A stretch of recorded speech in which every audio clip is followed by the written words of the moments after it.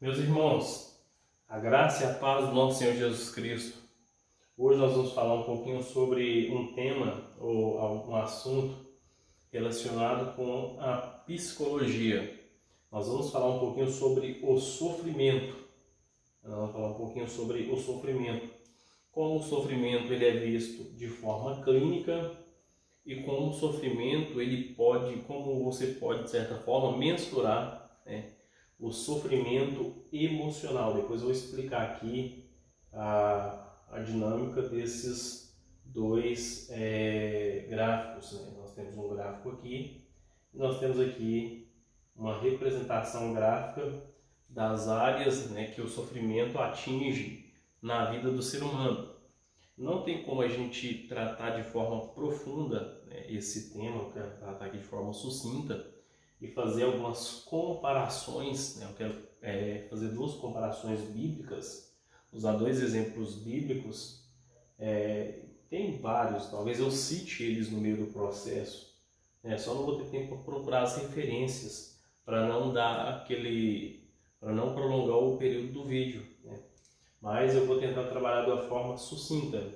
Lembrando que isso daqui está em francês, esse primeiro gráfico aqui.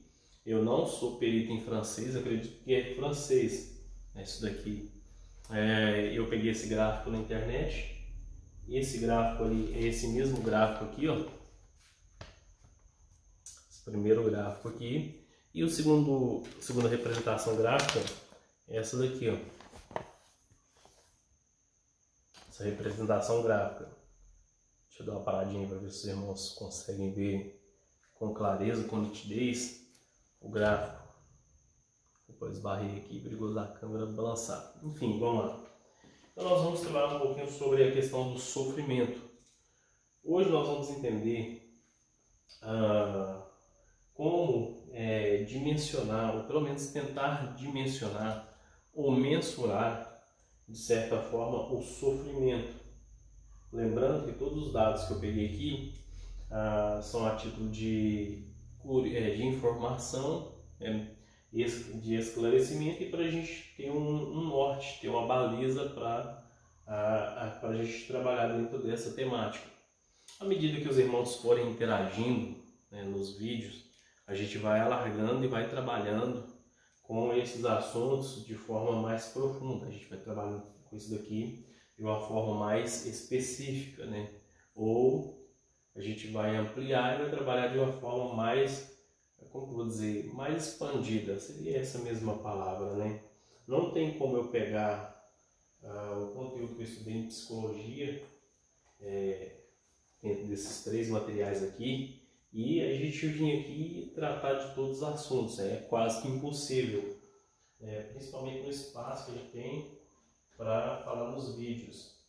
Isso, eu estou aqui do lado da minha biblioteca está aqui do lado, né?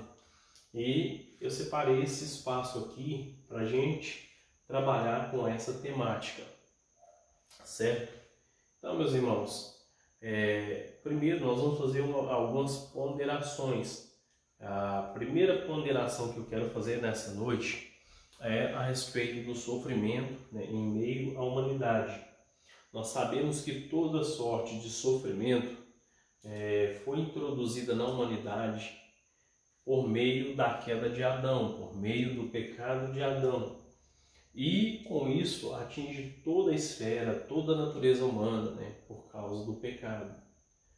E juntamente com isso, nós temos a fala. Eu não vou tratar aqui sobre depravação total, isso aqui não é uma aula de soteriologia, nós estamos falando de assuntos relacionados à psicologia. Só que, ponderando juntamente com isso, eu quero trazer aqui o que Jesus disse acerca do sofrimento. Jesus ele disse: tende bom ânimo, né? No mundo tereis aflições, mas tende bom ânimo, eu venci o mundo. Bom, vamos lá. Aí tem alguns pregadores, alguns pastores que acrescentam: e vós vencereis, como se Jesus tivesse dito ou enfatizado isso, né? Só que Jesus não disse que vós vencereis. Isso seria um acréscimo grosseiro, né? Seria uma inferência muito grande dizer que Jesus disse isso. Porém, nós temos alguns parâmetros bíblicos que nos fazem, que nos levam a pensar a respeito do que Jesus disse. Jesus disse assim: no mundo tereis aflições, mas tende bom ânimo, eu venci o mundo.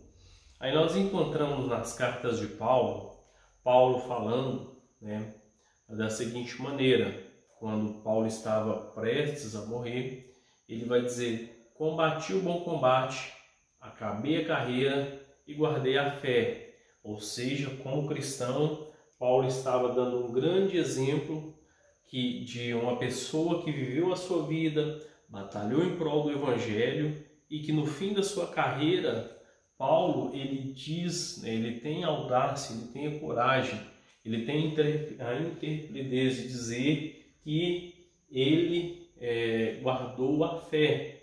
Ou seja, eu venci, eu consegui vencer. Seria, trocando 6 por meia dúzia, seria mais ou menos isso que Paulo estava dizendo. Bom, vamos lá. Então nós entendemos que Paulo, ele vence as aflições deste mundo.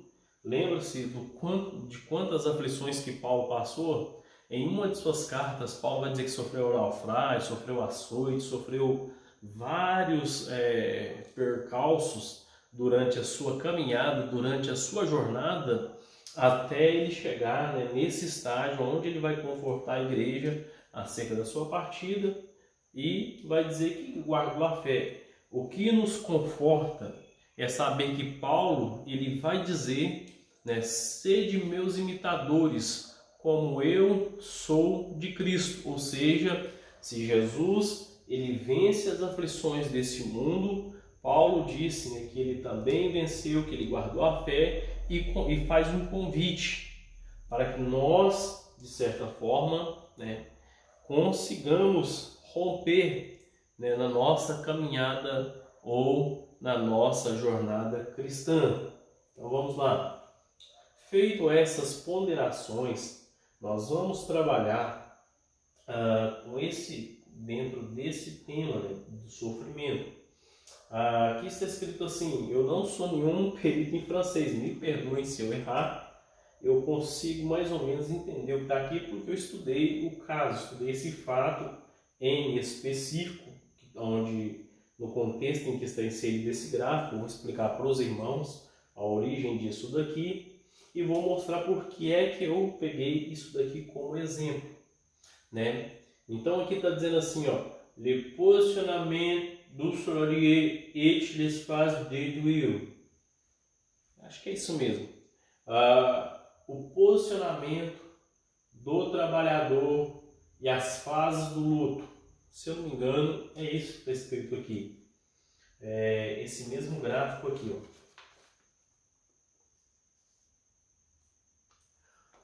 Nesse gráfico, nós conseguimos ver, isso foi um estudo feito, né, de uma reportagem onde o canal SIC de Portugal, ele fez uma matéria a respeito da France Telecom. Eu não vou entrar em detalhe, minha questão aqui não é expor a France Telecom, nem as mudanças que ocorreram na gestão, não é nada disso. Eu só peguei aqui esse gráfico porque ele, de certa forma, ilustra ou traz uma boa... a gente consegue fazer uma boa explanação, né?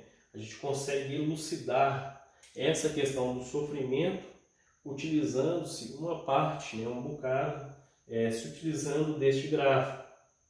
Então, nesse gráfico, né, nós temos aqui 2 eixos. Aqui nós temos esse eixo na vertical, né, representando a energia, aqui energia positiva e energia negativa. Fique tranquilo, meus irmãos, isso aqui não tem nada de misticismo, vocês vão entender no decorrer da nossa avaliação. Os irmãos vão entender, né, a respeito dessa questão da energia positiva e da energia negativa. E, juntamente com isso, nós temos aqui o eixo que representa a satisfação, né? Nesse quadrante aqui nós temos a satisfação positiva, aqui, ó, esse quadrante aqui nós temos a satisfação positiva e aqui a satisfação negativa. E nós temos o eixo da energia positiva na vertical e energia negativa na horizontal, satisfação negativa, satisfação positiva. Esse gráfico, a princípio, ele representava uma pessoa que recebe um anúncio de demissão. Isso aqui vou usar por alto, né? Mais ou menos como é que foi trabalhada a dinâmica deste gráfico, e nós vamos entender a respeito um pouco do sofrimento, a questão do sofrimento. Então, dentro da energia positiva, nós temos, partindo aqui da origem, né, deste gráfico, que é a partir do ponto zero, da origem, nós temos, aqui seria o equivalente ao anúncio. Eu estudei outras, como se fosse um anúncio de demissão, né, de um trabalhador. Então nós vamos trabalhar com esse conceito, a demissão de um trabalhador, mas poderia ser qualquer coisa, poderia ser a perda de um ente querido, uma mudança de cidade, uma mudança de emprego, poderia ser qualquer perca, qualquer tipo de sentimento de perca ou qualquer tipo de sentimento de dor. Então, a partir do momento que a pessoa ela recebe o anúncio, ela entra, né, em um estágio, aqui está, refuso de compreender, ou seja, dificuldade ou recusa em compreender. Aí aqui está, né, incompreensão e negação, né, após a pessoa receber uma notícia chocante, né, aquela notícia impactante aqui na origem dos sentimentos, né, entre a energia negativa, positiva, situação negativa e positiva, a pessoa recebe o anúncio, ou seja, até que estava tudo normal, e a pessoa entra num estado de dificuldade, né, de compreensão, ou recusa de compreensão, ou incompreensão.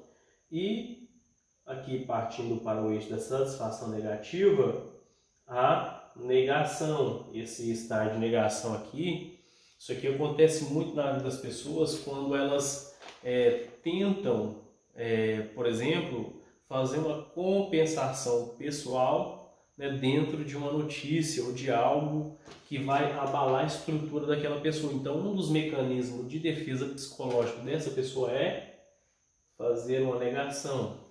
Eu não vou usar exemplo aqui não, porque os exemplos são bem negativos mesmo. Então, vou poupar os irmãos desse exemplo negativo aí. Vamos lá. O exemplo que eu vou usar aqui é a dispensa do trabalhador, né? Mas tem vários exemplos que nós poderíamos usar aqui. Após a pessoa passar por esse período, por esse estágio de incompreensão ou de negação, a pessoa ela entra no estágio de resistência, né? Tá aqui, resistência. Dentro da resistência vem a inércia, a argumentação, que provavelmente aqui seria a contra-argumentação, seria uma negociação, a revolta e sabotagem, ou seja, quando a pessoa tenta atrapalhar, quando ela tenta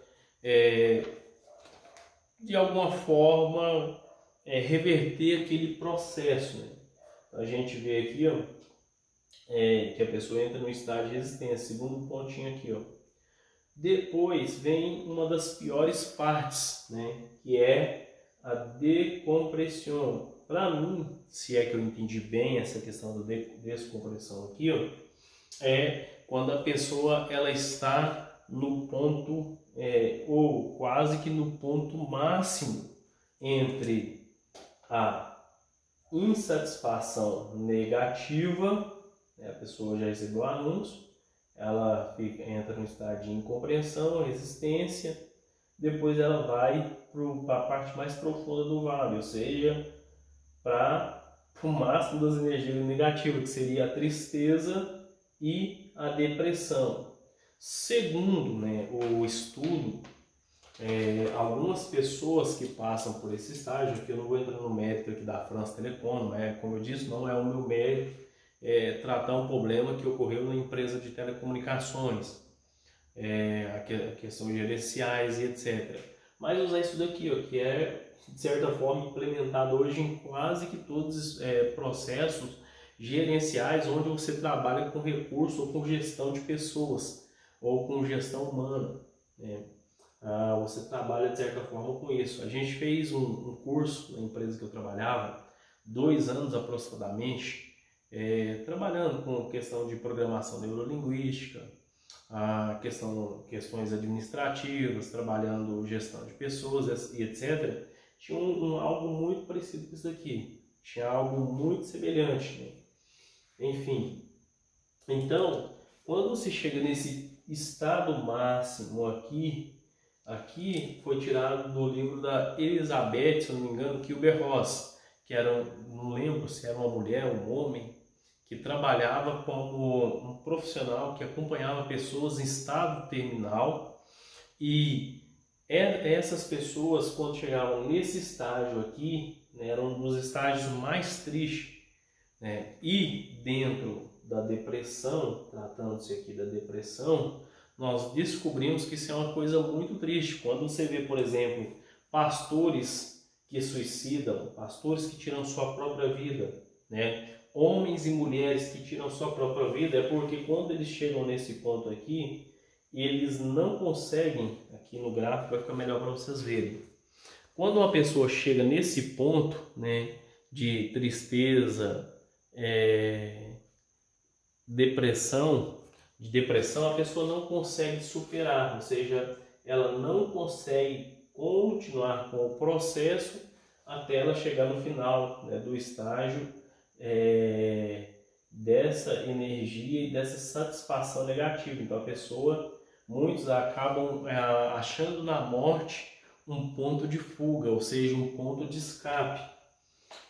Depois que a pessoa passa por esse período, ela vem para um período chamado de resignação, né? Ou seja, seria uma forma de aceitação, né? Seria um processo onde a pessoa ela começa, de certa forma, a tentar buscar o equilíbrio, ou seja, ela já sai da satisfação negativa, da energia negativa. Repare que aqui ainda está no eixo, né, da energia negativa, mas ela ainda não está na satisfação positiva, né? A pessoa está caminhando rumo a essa satisfação. Ainda não, nós não passamos aqui, ó, pelo ponto de origem, por esse ponto aqui, ó, onde essas retas aqui interceptam o eixo da satisfação positiva, mas a pessoa já está subindo em relação à energia negativa, ou seja, se recuperando da tristeza e da depressão.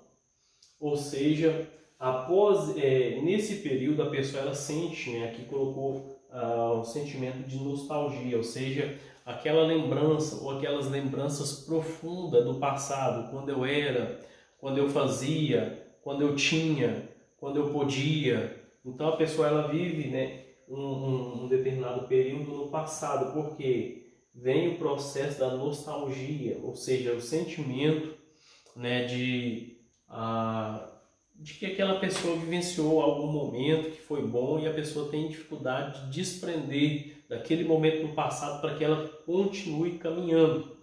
Lembra-se do que Paulo falou? Esquecendo-me das coisas que para trás ficam, olhando para o alvo, né? Prossigo, se eu não me engano, olhando para o alvo, buscando o prêmio da soberana vocação. O que Paulo estava dizendo?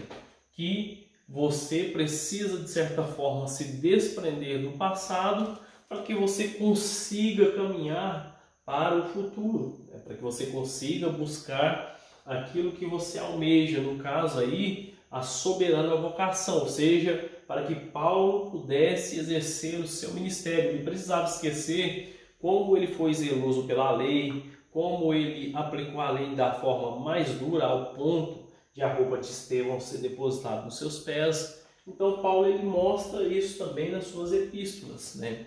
Que a pessoa precisa superar, de certa forma, essa fase, esse sentimento. E depois vem já no eixo das energias positivas e das energias da satisfação positiva, a integração, né? Ou seja, a pessoa ela vive um período após a nostalgia, ou seja, um pós-nostalgia, quando a pessoa consegue superar, ela já está longe disso daqui, ó, tristeza, depressão, já não atinge mais essa pessoa, não desse contexto, né, que a pessoa está vivendo, nessa fase que a pessoa está vivendo, mas que a pessoa, de certa forma, ela está pronta para prosseguir na sua vida e buscar novas jornadas, né? Seja na vida sentimental, após uma separação, ou a pessoa consegue retomar a sua vida após um período de luto, né? Após uma perda de um ente querido. A pessoa consegue arrumar um novo emprego em caso de perca de um trabalho, de uma profissão, né? E analisando isso daqui, nós descobrimos que essas dores, né, esse sofrimento, eles são tratados de forma clínica, né, da seguinte maneira. A dor ela é dividida em 4 partes. Esse processo de sofrimento é dividido em 4 partes. Aqui onde a gente colocou eu coloquei, né, algumas coisas que estão relacionadas a cada uma dessas partes, né? Alguns fatos que estão relacionados a alguma dessas partes. Então, a dor total, ou seja, a soma daquilo que o ser humano sente em relação ao sofrimento, ao sentimento de perda. Por exemplo, a gente tratou de um caso de uma perda de emprego, né? Mas são vários fatores que compõem essa questão do sofrimento, né? Ou seja, o que a gente chama de dor total. Por quê? Você tem a parte da dor física, a dor emocional, a dor social e a dor espiritual.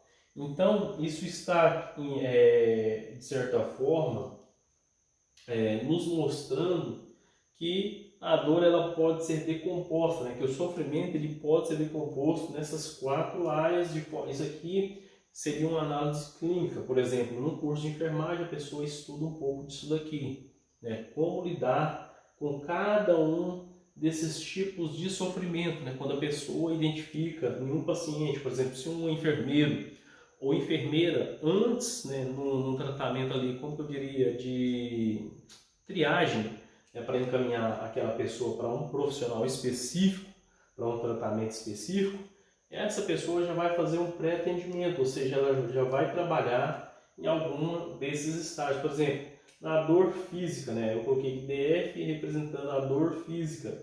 Aqui está dizendo, né, de forma gráfica, em relação de porcentagem, que 65% da dor física é decorrente das doenças, ou seja, de uma doença, ou 5% em relação ao tratamento, ou debilidade geral. Aqui não tem a porcentagem, tem outros fatores. Eu peguei só esses fatores aqui só para ilustrar, né, como que a dor física ela atinge o ser humano, ou seja por meio de uma doença, seja por meio de um tratamento de uma doença, por uma debilidade ou por uma debilidade geral, ou seja, a pessoa ficou imparcialmente incapacitada ou totalmente incapacitada, e por meio de algo que aconteceu na vida, na área física dessa pessoa, e ela vai passar por esse processo, né, de dor física.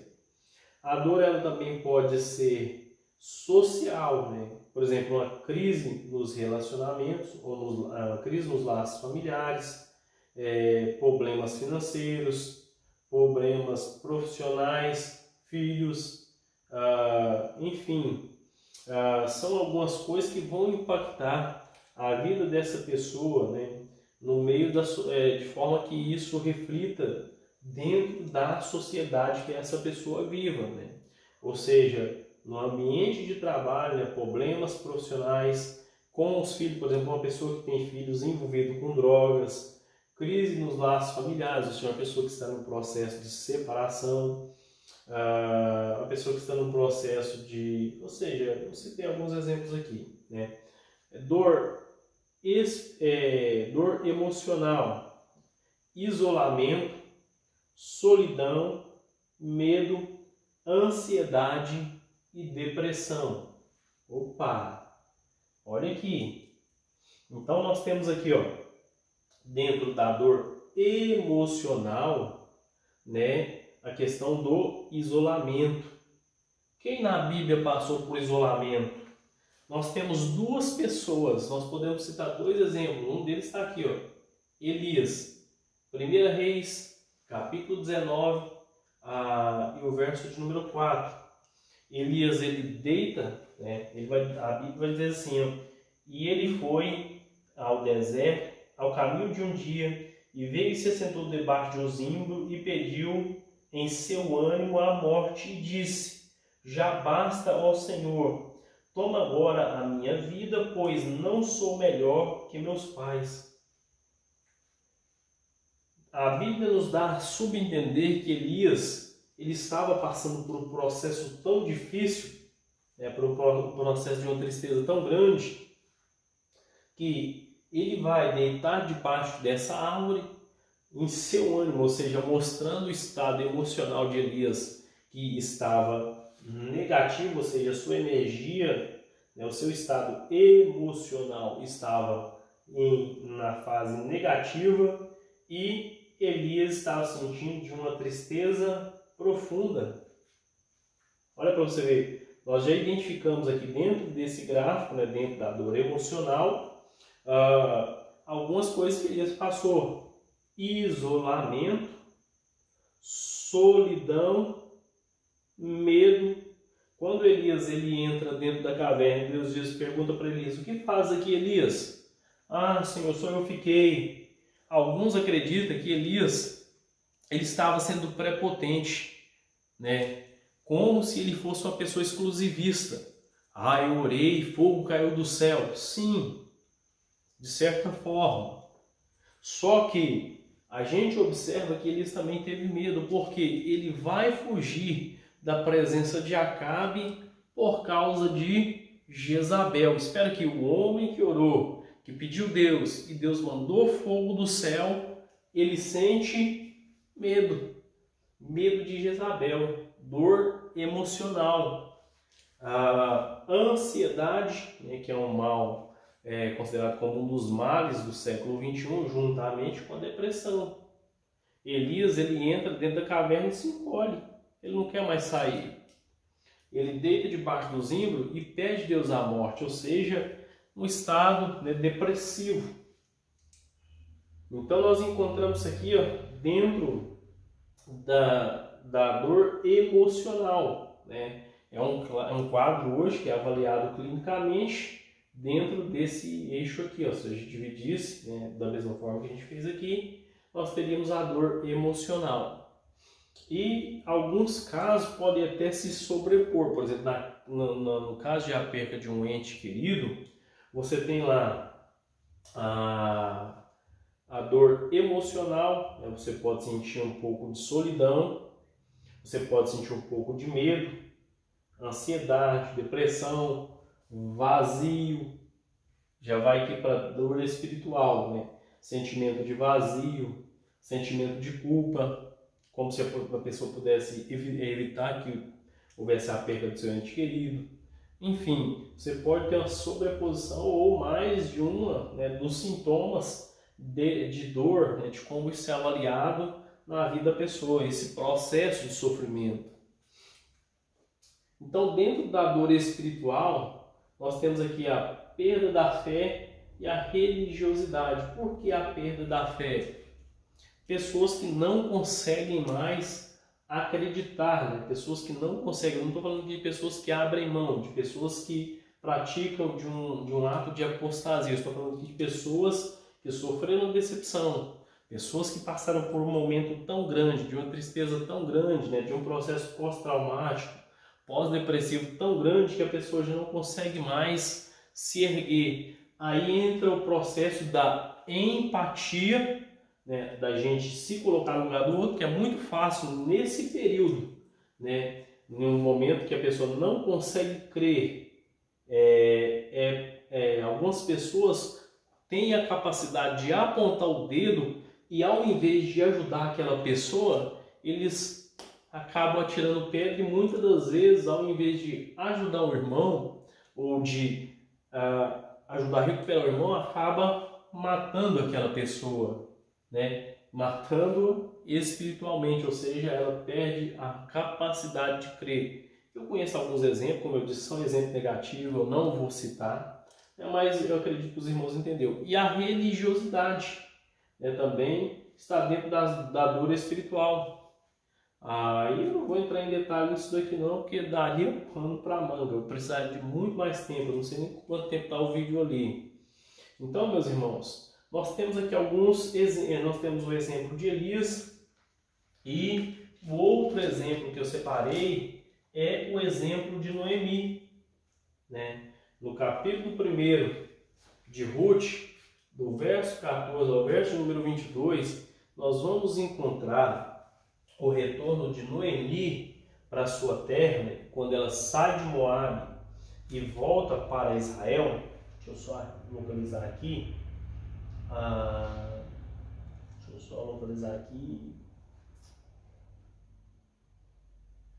Aqui, ó. Então levantaram a sua voz e tornaram a chorar. E Orfa beijou a sua sogra, porém Ruth se apegou a ela, pelo que disse: eis que voltou a tua cunhada ao seu povo e aos seus deuses, volta tu também após a tua cunhada. Ou seja, Noemi dá um conselho para que Ruth ela volte para a sua família, para as suas origens, e aqui no texto está dizendo que para os seus deuses. E nós conhecemos a história de proselitismo ali, eu não vou enfocar a questão do proselitismo, onde Ruth vai dizer: o teu Deus é o meu Deus, o teu povo é o meu povo, onde você deitar eu também vou deitar, eu também deitarei, né? Enfim, onde Ruth vai dizer que não seja a morte que separe mim, eu de ti. Enfim, vou pular essa parte do proselitismo, né? Mas, a gente vai focar aqui na questão do sofrimento de Noemi. E disse, porém, Ruth: não me entendes, né? Deixa eu só localizar aqui. Assim, pois, no verso 19, foram ambas até que chegaram a Belém, e sucedeu que, entrando elas em Belém, toda a cidade se comoveu por causa delas, e dizia: não é esta Noemi? Aí ela vai dizer: porém lhes dizia: não me chames Noemi, chame-me de Mara, porque grande amargura me tem dado o Todo-Poderoso. Ou seja, Noemi, ela estava dizendo que ela estava num estado de sofrimento, né, de angústia. Por quê? Ela saiu com seu marido e com seus 2 filhos em busca de novas oportunidades, né, em uma terra estrangeira, e agora ela volta, ela retorna para sua terra, sem os seus 2 filhos e sem o seu marido, somente com a companhia, né, da sua nora, ou seja, somente com a companhia de Ruth. E ela pede, né, para eles não dizer ou não chamar ela de Noemi. Não me chamem, né, de Noemi, me chamem de Mara, né, mar do hebraico, amargo, amargura. Então, nós encontramos aqui pessoas, né, dentro da Bíblia, e são vários exemplos. Nós temos lá Jó, nós temos o exemplo de Pedro, quando ele nega Jesus, daria para a gente avaliar, né? Nós temos o exemplo de Davi, quando ele comete aquele pecado com Batseba. Nós temos algumas questões ali, né, quando seu filho ele vai morrer. Nós temos o fato quando Davi ele se ergue, ele se levanta, ele toma a sua vida novamente. Nós temos quando o filho de Davi morre, Joabe, quando Joabe morre, eu acho, se não me engano, Joabe, né? Aí Davi ele entra dentro de um quarto, se tranca, não quer falar com ninguém, não quer falar com o povo. O rei ele deixa um pouco os seus afazeres e entra num estado de tristeza profunda. Ou seja, nós temos vários exemplos na Bíblia que nos mostram essa questão do sofrimento. Agora, o importante, meus queridos e amados irmãos, não é se a gente vai passar pelo sofrimento. Como Jesus disse: no mundo tereis aflições, mas tende bom ânimo. O nosso foco é fazer como Paulo, né? Esquecer das coisas que para trás ficam, olhar para o alvo, prosseguir, buscando o prêmio da soberana vocação que está em Cristo e também seguir o exemplo de Paulo, né? Ser imitador de Paulo como ele foi de Cristo e no final da nossa carreira podemos agradecer a Deus assim como Paulo o fez, né? Quando ele disse: combati o bom combate, acabei a carreira e guardei a fé. E que Deus abençoe os irmãos, me perdoem aí pelo vídeo longo, né? Espero ter conseguido passar para os irmãos alguma coisa dentro disso daqui, dentro da proposta do vídeo, que era falar um pouquinho do sofrimento e como lidar com o sofrimento, as áreas em que o sofrimento atinge e a nossa postura como cristão diante do sofrimento. Que Deus abençoe os irmãos, a graça e a paz do nosso Senhor Jesus Cristo e até os próximos vídeos.